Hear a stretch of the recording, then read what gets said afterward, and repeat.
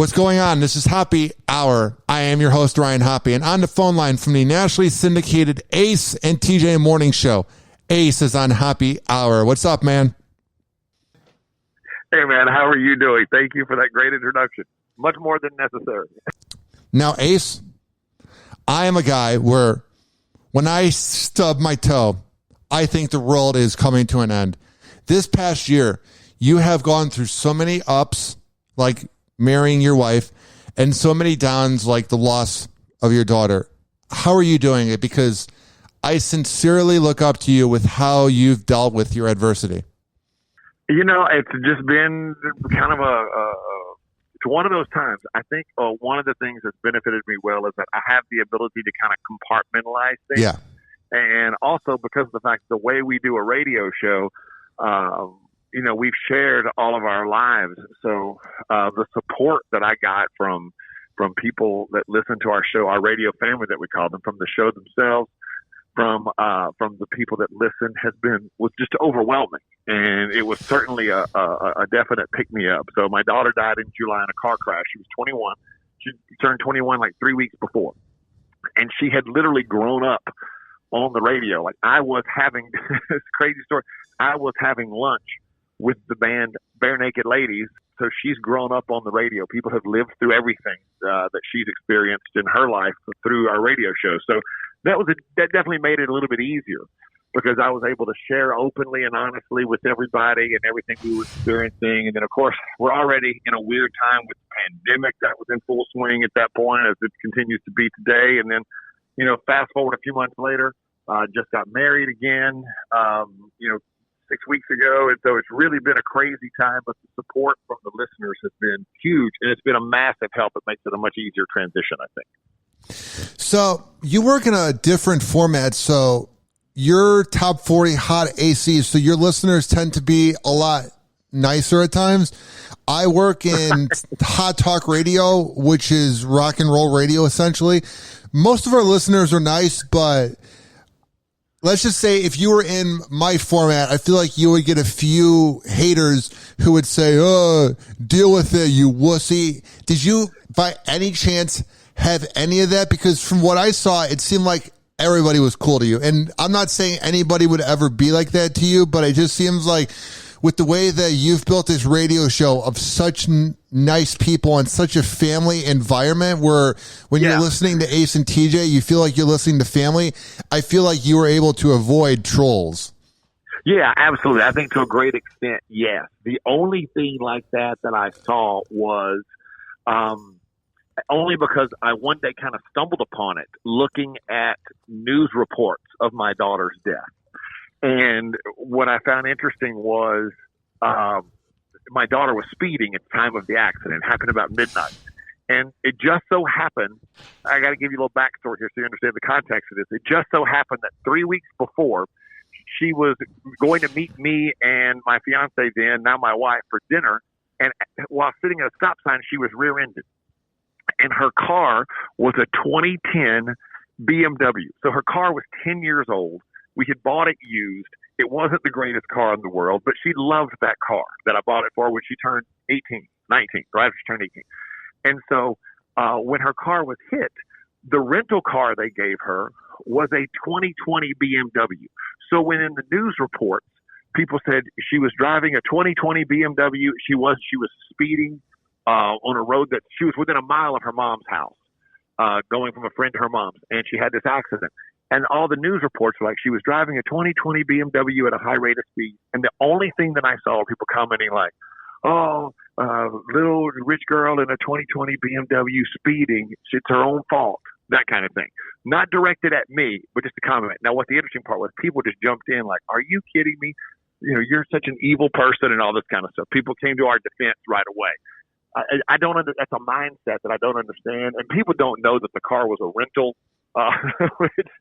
It's just terrible. That's the only thing like that I experienced. You're right. I'm very blessed that our listeners, the way our show is built, very much in a family type sense. I mean, obviously we make some people mad with jokes and stuff all the time, as anybody would these days. But no, I didn't experience a lot of the trolls, people just setting out to be mean. It was 99.9% overwhelmingly positive and very supportive and unbelievable. Was it overwhelming at times, though, how great the response was? Because when my dad died 7 years ago, I probably got 1,000 messages on my Facebook post. And at that time, I didn't know as many people because I was only 21. But I remember I got maybe 20 text messages during the whole overnight while I was sleeping. And it kind of creeped me out. I don't know what it was, but it's hard to explain. Did you feel that at all, or were you grateful? Because I haven't gone through a death since then, but I just remember when I lost my dad, it was hard for me to comprehend. And all the social media, everyone's like, oh, thoughts and prayers. It kind of made me feel very overwhelmed. I don't know if you went through that. Yeah, I felt overwhelmed in a really positive way, if that makes any sense. Yeah. From the standpoint of I had experienced something like that before. My dad also died. My dad died 9 years ago last month. And so I had experienced some of that then, not nearly as much as this, because 9 years ago, social media was a very different beast than it is today. But no, it was overwhelming from the standpoint of, oh my God, like I don't know what to do. I still haven't responded to everybody on social media. There were thousands of messages on my Instagram. There were thousands of messages on Facebook. Cards I don't know how people got my address. I don't really keep it a secret, but I'm obviously not out there throwing my address out there. And it's like, how do these people get my address? But they were mailing me cards, and it was overwhelming from the standpoint of, like, wow, I feel very indebted to them for taking the time and the effort to reach out to me, just to be kind. And it's a very overwhelming thing. That's very unique to think about, the fact that you got something in the mail, because I feel like if that were to happen here in Florida, I feel like us getting something in the mail would just be a little bit more awkward. You know what I mean? I think it's just different parts of America have different types of intentions, if that makes sense, because North Carolina is one of the most genuine places I've ever been to. I have family that's, my uncle died in Greensboro, but like my mom's side of the family is in Greensboro. So like getting something in the mail from a listener is not as weird in North Carolina as it would be in Florida and Chicago. You know what I mean? Like North Carolina, no, I completely understand. It has its flaws, but it's very down to earth. Yeah. I got mail we're heard, kind of a regional thing in North Carolina, South Carolina, Alabama. I grew up in Louisiana. We're on a station in Cape Girardeau, Missouri, where we do very well, and in Kentucky, where we do very well. So it's like we got messages from all these places. But a quick story of our former boss, the guy that we used to work with in Huntsville, Alabama, texted me, and then he sent me a card, and I saw that it was there, and I had a stack of cards on my desk and that I had not opened, and I actually been keeping them in a box. There were a couple hundred of them in a box that I just like. One day I'm going to sit down and go through these. And I just had been remiss to do it because sometimes it was emotionally overwhelming. He texted me one day. He said, "Hey, just wanted to make sure you got my card. It had a check in it for your charity." And I said, "Bill, I saw it. I haven't opened it yet. I just haven't got to it. Let me go do that right now." When I opened it up, there was a check in there from him for $5,000 to our charity in my daughter's honor. So I then thought, maybe I should open all of these and sit down quickly. And as I'm opening cards, there was money in some of them. And it never occurred to me people would send me checks for our charity. One of them had a check in it for $21,000 from a lady to our charity in honor of my daughter. She makes a donation every year on her brother's birthday to someone in honor. And apparently she's very wealthy because every year she donates $21,000 because that's how old her brother was when he died, the same age my daughter was. And there was over $30,000 sitting in cards that was on a box on the floor of my office in my house, all because I just was like, I can't bring myself to go through these cards right now.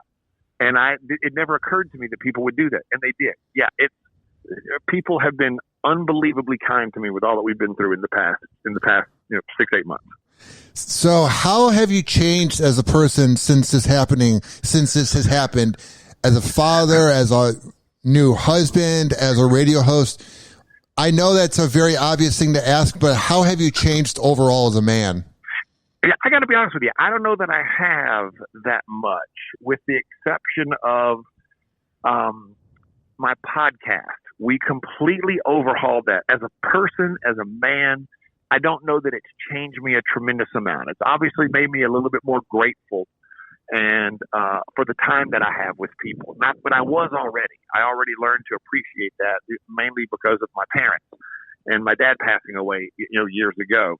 I've always been very grateful. I've always believed in helping people and being involved in other people's lives. And the biggest change in my life has been overhauling my podcast and making it so it's here for people who are looking for help now. It's called Ace at Large. We kept the same name, but totally changed the format of it to make it something to offer people some help, some assistance, something to think about if you're going through a difficult time. So whether you're like me and going through grief, or whether you are dealing with, an anxiety, a depression, especially in light of the pandemic and all that kind of stuff, we've tried to take that and make it something that's helpful to people. Because I was talking to our manager one day and I said, hey man, what do you think people do that don't have all of the support that I have? I've got a great then fiance, now wife, who's been phenomenal through all this. My son's been a rock star through the whole thing. He's 18. He turned 18 right after his sister died. I've got groups of friends that I grew up with that I've known 47, 48 years. I've got the guys in my band who are incredible, the people on the show, and all these listeners. I was like, what if somebody doesn't have this type of infrastructure? What do they do? And he said, well, it was his suggestion. He goes, that's what your podcast should be now for those people.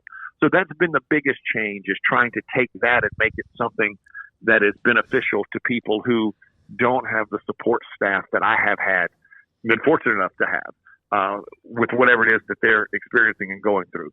But as a person, I don't know that it's changed me a tremendous amount, other than making me more grateful and more aware of people around me and the time that I spend with them.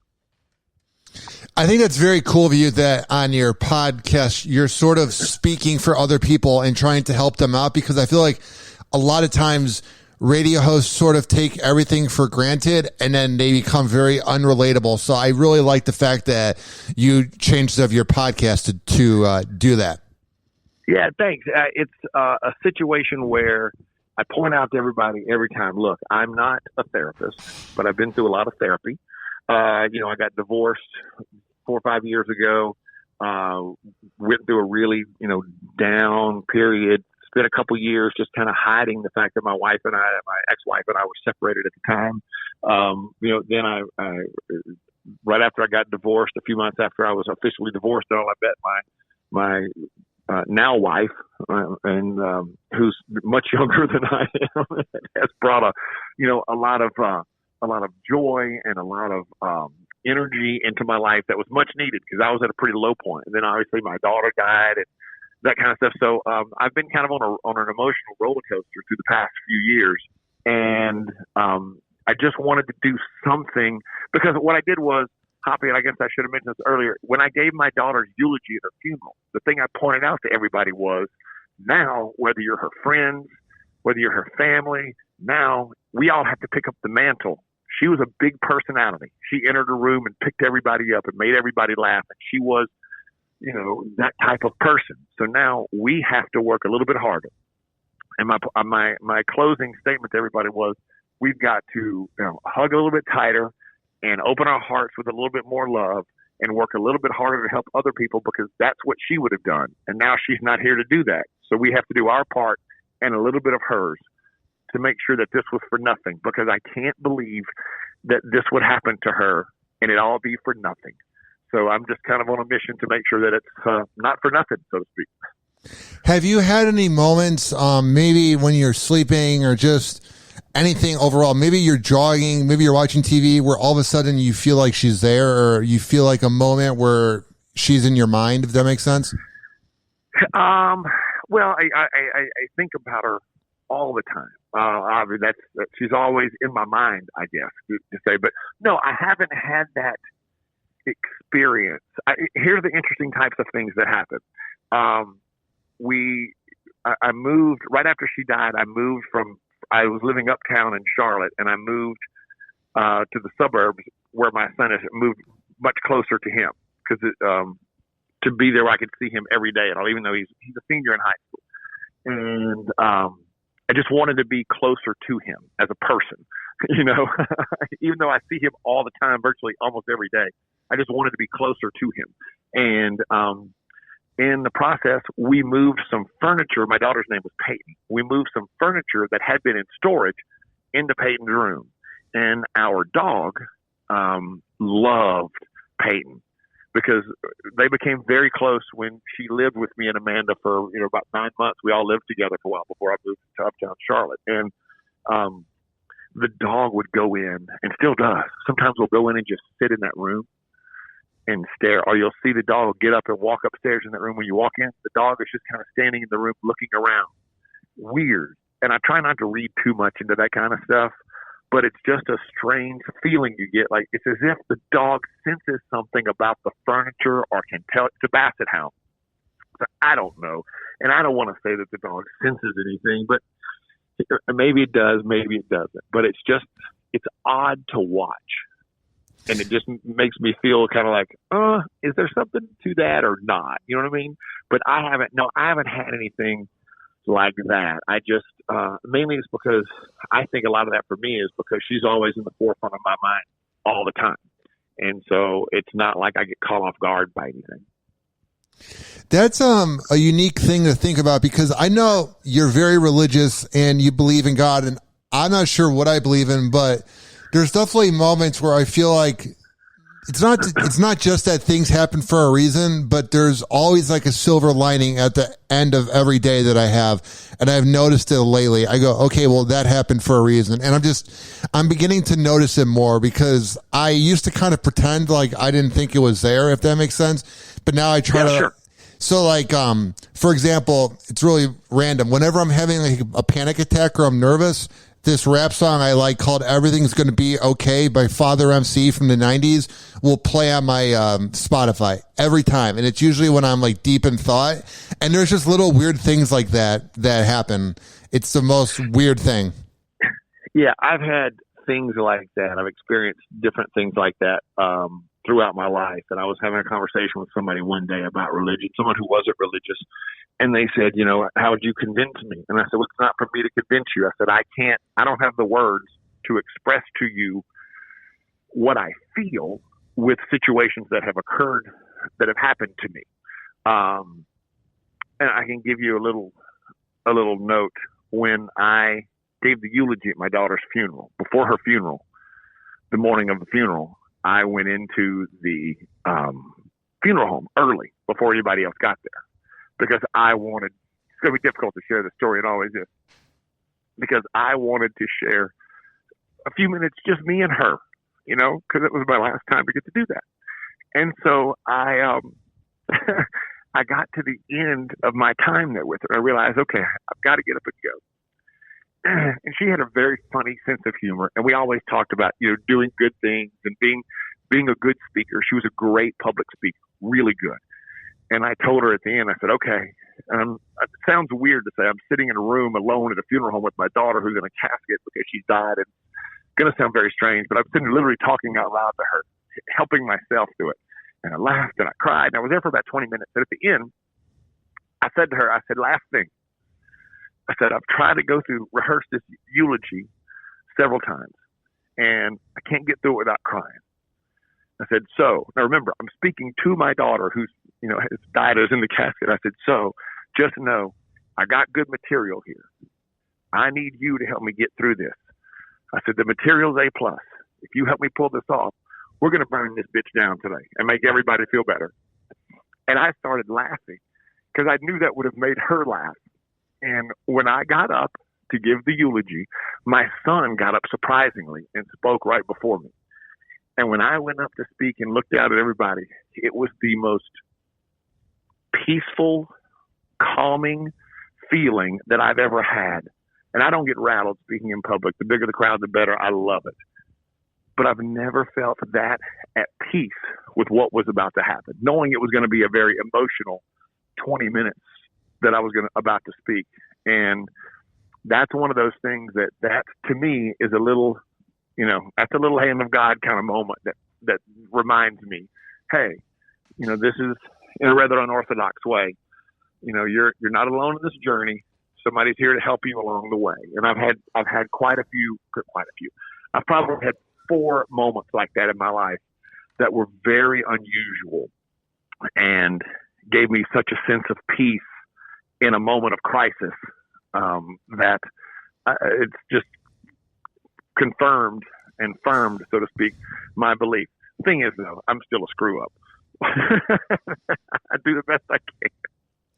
Yeah, it's weird. I'm not really religious, but I'm not really against it. But what I don't like, so I believe in like the law of attraction, and like you can pretty much manifest mostly what you want. So like I now live in this new apartment with my girlfriend, and right when we walked in, I told her that this was going to be our apartment, and now it is. So I was correct about that. But what I hate about when I talk about like the law of attraction or manifest, or you can do pretty much what you want, is everybody, like some people at work or listeners think like, oh, so you're saying that you can go into a basketball court and become the next LeBron James? And I go, no, not at all. I go, there's a lot of things you can't do.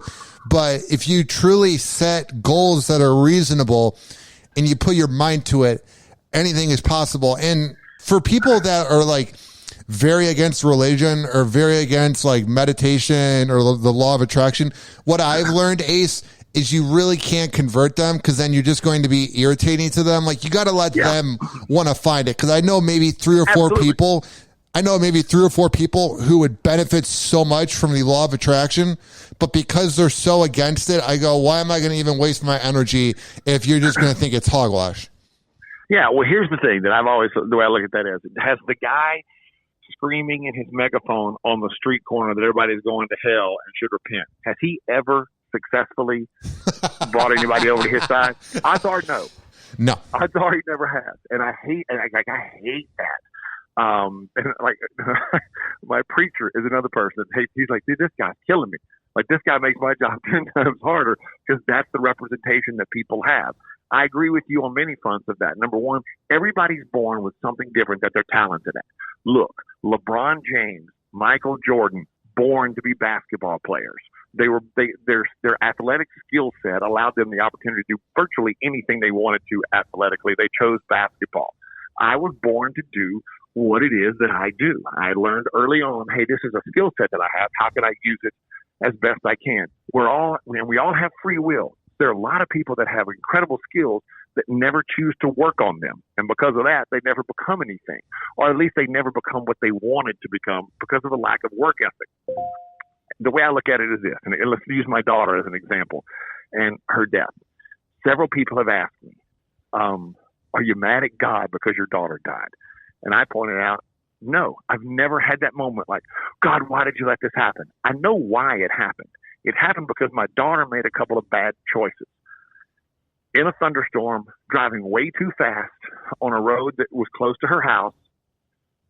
Driving way too fast in a very bad rainstorm. Car hydroplaned, slid up over a curb and hit a tree. It hit a tree just right. Was it kind of a freak thing? Yeah. However, the decisions that she made are what caused this. She had the opportunity. She could have been going slower. She could have stayed where she was. She could have not. She could have realized, hey, it's raining. I need to slow down and be a little more careful. But those were bad decisions that she made. So I'm not mad at God. It was, God gives us all free will. So these were decisions that she made, and it just so happened in this case it didn't work out. So my job is to now, pick it up and spread a little bit of goodness into the world and try to help some other people, since she's not here to do it herself. You know what I mean? Is there a part of you that feels like you have to sort of protect her because she was going so fast? Like, did you get any comments from people that were kind of like, I know you were saying online that there were some comments of people that were talking about, oh, she's a rich girl in a new car. But is there a part of you that feels like you're sort of having to protect her a little bit because it was sort of her fault, even though she shouldn't have been going fast and nobody wanted her to die, but you know what I mean? Yeah, no, I know what you mean. But no, I really haven't dealt with that. I think the vast majority of people, the overwhelming majority of people realize no matter what, it's still a loss for me. And I think one of the things that I pointed out on the radio to people was, hey, look, this was her fault. She was going too fast in a car she wasn't familiar with, and in a terrible storm, in a really bad rainstorm. So this is all on her, and as hard as that is to say, those are the facts. And so I've always treated it that way, and I've been very open and honest about that. And I think people have been really super cool about it, and I think they understand that no matter the reason, no matter why or how it happened, it's still an incredible loss, because everybody knows she was as my wife puts it, she was your partner in crime. She would be on the radio with us all the time, and we had a very similar sense of humor. She would be on my podcast from time to time, and everybody knew that we were super close, had a very tight bond. And as she would tell everybody, David is my real name. She was like, David's my dude. And that's my first call for everything. And no matter what, she had a car accident when she was rear-ended by the lady in the car. She called me, and I said, okay, well, you've already called 911. No, Dad, I called you first. No, then hang up the phone, call 911. I'll be there in a minute. It'll be fine. So people understand that the loss, no matter the reason, for me, is still an incredible loss. And for our family, for her mom, for her brother, for Amanda, my wife, so all of that, they've been overwhelmingly cool. I haven't had any blowback really at all from that. What's funny is I just think people don't know how nice North Carolina is, because here in Florida, and I keep saying this, talking down Florida as if it's a bad place, but I just often forget that, like, when you're in North Carolina, everybody pretty much has each other's back. You know what I mean? Like, there's the nice parts of the Midwest where people can be nice. There's nice parts of Florida where people can be nice, but there's something about that community in North Carolina, man. And I've seen it right up in person with my aunts and uncles. Like, it's a bond that I can't even put into words. And I'm not even sure how to finish this sentence of what I'm saying, because it's that real. Like, there's something about the way they cook dinner in North Carolina, the way they have wakes in North Carolina, the way you watch sports games. There is just this, and I haven't noticed it as much in Tennessee, but like North Carolina, dude, like that is like a legit place. Yeah, I do think a lot of it is, I understand exactly what you're saying, and it is hard to describe. I think a lot of it is that traditional Southern hospitality, from the standpoint of, we had a girl that worked for us one time, and she moved down from Manhattan, and she had worked for Howard for a while, and then after that she moved down to work with us, and she was like, she bought this condo in South Charlotte. It's just the first day she was like, I don't know if I'm going to like it over there. She's born and raised in Manhattan. She was like, I don't like it. The people are knocking on my door introducing themselves. Some lady brought me a pie yesterday. Like, I don't need the hassle of all these people. And after like 2 weeks, she goes, let me go back on that. I love it. You see people outside. They're friendly. They talk to you. Hey, how are you? What's going on? Her other neighbor made too much dinner one night and brought her a plate of food. Like, hey, you don't have to have it tonight. Keep the plate. I'll get back to it. She was like, I've never experienced that. It's unbelievable. People are so nice. It is that, so for in a large part, that traditional Southern hospitality type of thing that I think makes it really, really cool. Yeah, man, that's definitely exactly what I'm thinking about, because like I remember I used to hang out with my Nana. She's been dead for about 14, 15 years now. And when I would have her come to my house, because I was in Illinois, and whenever she met my friends or my mom's side of the family or even my dad's side of the family, like people were so freaked out by her because she was a little manic all the time.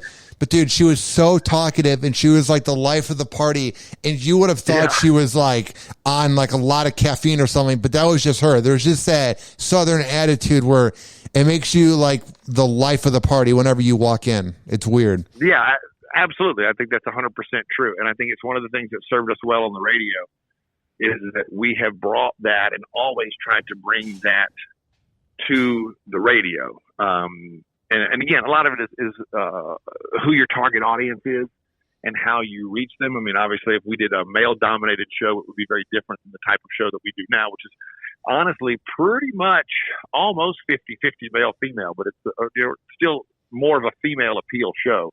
And we've tried to bring that. We refer to everybody as the radio family. We've tried to bring that type of thing to the radio where even though we disagree and people get mad and, they get upset at us for things that we say or jokes that we make or topics or whatever, they know that there's no ill intent by it. And so it's more easy to excuse it when people understand, hey, you didn't care for that one. We're just having fun, that kind of stuff. And so we've tried to bring that family style attitude to the radio while still having fun and being, I don't know, cutting edge isn't necessarily the right word, but still doing some things that make people raise an eyebrow every now and then.